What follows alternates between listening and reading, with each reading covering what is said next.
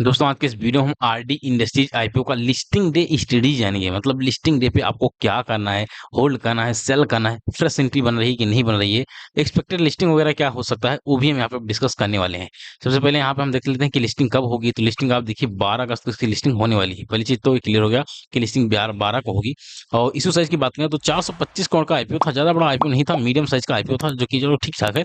अब हम बात कर लेते हैं यहाँ फिर सीधा सेक्टर की कंपनी करती क्या है। तो कंपनी क्या करती है, ये company secondary lead recycling industry की लीडिंग इंडियन कंपनी है। अभी देखो, अब लेड लेड कहाँ पे यूज होता है भाई, लेड रिसाइकलिंग। ये लेड जो होता है ये एनर्जी स्टोरेज में यूज होता है। जैसे अब बैटरी वगैरह हो गया, वहां पे इसका यूज किया जाता है। आपने केमिस्ट्री वगैरह पढ़ा होगा तो वहाँ पे बताया जाता है, तो वहां पे ये यूज किया जाता है भाई। तो एनर्जी स्टोरेज आने वाले जो है समय में एनर्जी स्टोरेज की डिमांड भाई ऑब्वियसली बढ़ रही है, तो वहां पे इसका इस सेक्टर का उपयोग रहेगा और इस सेक्टर का जो है ग्रोथ देखने को मिलेगा। तो कंपनी का सेक्टर काफी शानदार है भाई, कोई दिक्कत नहीं। कंपनी का सेक्टर शानदार है भाई। स्टोरेज एनर्जी स्टोरेज वाले सेक्टर में कंपनी वर्क करती है, इतना समझ लो, इससे ज्यादा आपको समझने की जरूरत नहीं है। तो कंपनी का सेक्टर भाई काफी शानदार है। यहाँ पे बहुत सारे डिटेल लिखे हैं, आपको पढ़ना हो तो पढ़ लो, वरना कोई मतलब नहीं है। फाइनेंशियल रिजल्ट की बात करें तो फाइनेंशियल रिजल्ट आप देखोगे, यहाँ पे हम 25 से 26 का डेटा देखते हैं तो रेवेन्यू 57% से बढ़ा है, EBITDA 123% से बढ़ा है, पेट 154% से बढ़ा है, टोटल एसेट 38% से बढ़ा है, नेटवर्थ 135% से बढ़ा है,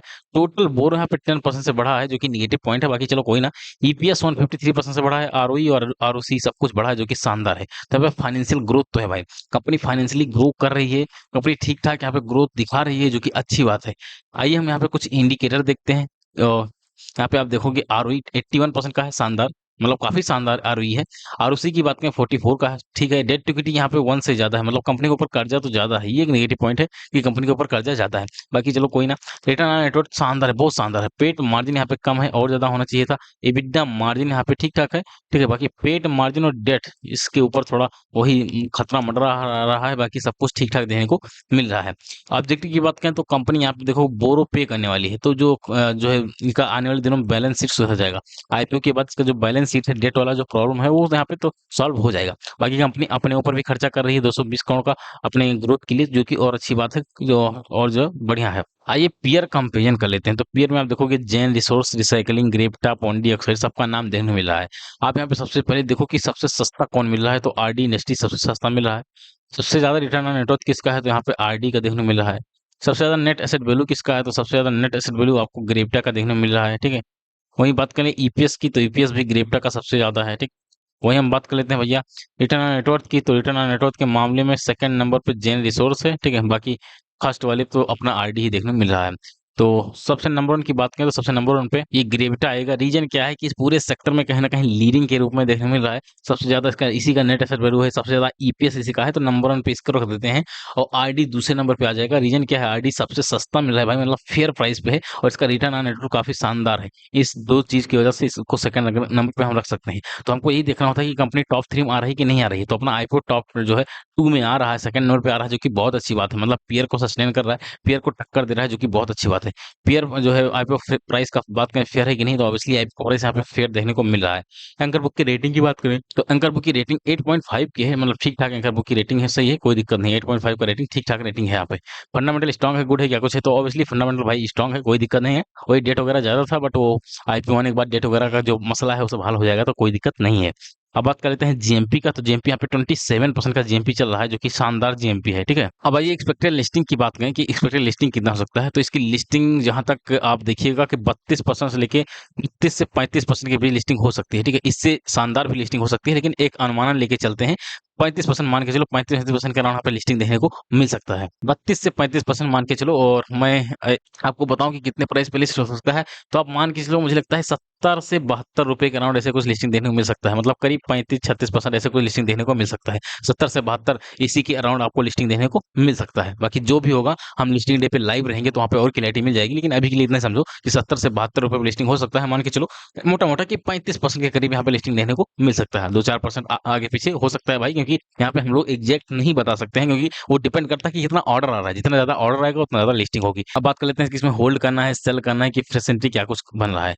देखो भाई, इसमें लिस्टिंग ज़्यादा कहीं उम्मीद है 35-35% के करीब लिस्टिंग हो सकती है। तो लिस्टिंग के बाद ऑब्वियसली पी वगैरह बढ़ जाएगा। तो किसी को सेफ साइड चलना है, पहली चीज़ जिसको सेफ साइड चलना है, ठीक है, उनके लिए सेल का ही व्यू है। जो लोग दिन भर अपना वो पोर्टफोलियो खोल कर चेक करते रहते हैं कि थोड़ा-सा भी गिरावट करता है, उनको चैन नहीं आता है, नींद नहीं आता है, उनके लिए तो भाई सेल का ही ऑप्शन सबसे बेस्ट रहना चाहिए, ठीक है। और सेकंड नंबर पे जो लोग रिस्क लेना भी चाहते हैं लेकिन डर भी रहे हैं, उनके लिए सिंपल सा काम करना है। 50% जितने भी आपके पास शेयर हैं उसका 50% आपको सेल के लिए सोचना चाहिए और 50% होल्ड के लिए आप जो है सोच सकते हो। 50% आप सेल कर दो, 50% होल्ड के लिए सोच सकते हो। या फिर आप थोड़ा रिस्क लेना चाहते हो तो आप थोड़ा रिस्क ले सकते हो, तो होल्ड करिएगा, लेकिन 5-5% का स्टॉप लॉस लेके होल्ड करिएगा। मतलब जितने भी लिस्टिंग होती है, मान लो 35% पे लिस्टिंग होती है तो 5% स्टॉप लॉस, मतलब मान लो स्टॉक गिरावट करके 30% पे आता है, 30% पे, तो उस समय आपको एग्जिट कर देना है, वरना फिर इसको होल्ड करके आप जो है रख सकते हो। मतलब मेरे कहने का मतलब है कि आप स्टॉप लॉस लगा के होल्ड करना है, स्टॉप लॉस, ठीक है। अब स्टॉप लॉस के बारे में कितने लोग यहाँ पे जानते हैं, कितने लोग नहीं जानते हैं, मुझे नहीं पता, बट स्टॉप लॉस लगा के आप यहाँ पे होल्ड कर सकते हो। 5 to 7% का स्टॉप लॉस लेके होल्ड कर सकते हो। बात करते हैं फ्रेश एंट्री की। तो फ्रेश एंट्री भैया, यहाँ पे आप चाहो तो कर सकते हो, लेकिन सिंपल सा फिर बता रहा हूँ, फ्रेश एंट्री करना होगा तो यहाँ पे लॉन्ग टर्म के लिए करना, 5 ईयर, 3 ईयर इस तरह का जो है फ्रेश एंट्री के लिए सोचना, क्योंकि जरूरी नहीं है कि लिस्टिंग के बाद ही लगातार अप साइड जाए, क्योंकि इसका प्राइस वगैरह पी वगैरह बढ़ जाएगा, P price to earning ratio वगैरह बढ़ जाएगा, तो भैया ऑब्वियसली लिस्टिंग के बाद हो सकता है गिरावट भी आपको देखने को मिले। तो सोच समझ के भैया इन्वेस्ट करिएगा। यदि आप फ्रेश एंट्री बना रहे हैं तो बहुत सोच समझ के भैया बनाइएगा और बहुत सोच समझ के सब कुछ करिएगा, ठीक है। बाकी मैं पर्सनली बताऊं तो मैं यहाँ पे कोई फ्रेश एंट्री नहीं करूंगा। फ्रेश एंट्री तभी करूंगा जब यहाँ पे जो है इसका स्ट्रक्चर बन जाएगा, क्योंकि आप देखे होंगे कभी भी मैं डायरेक्ट फ्रेश एंट्री नहीं करता हूँ। फ्रेश एंट्री जब स्ट्रक्चर बन जाता है, मान लो आज लिस्टिंग हुई, ये अपर साइड जाना शुरू कर दिया, तो हमको डरना नहीं है। आने वाले दिनों में गिरावट करेगा और यहाँ पे नया जोन बनाएगा, वहां पे हम लोग एंट्री करेंगे, ठीक है। तो फ्रेश एंट्री कोई वो दिक्कत नहीं है। जब भी फ्रेश एंट्री बनेगा मैं आपको जो है बता दूंगा। बस आप वही है कि पूछ लीजिएगा तो मैं आपको बता दूंगा कि फ्रेश एंट्री कहाँ पे बन रहा है। तो बस आज के लिए इतना ही, मिलते हैं अगले वीडियो में, तब तक के लिए जय हिंद, वंदे मातरम।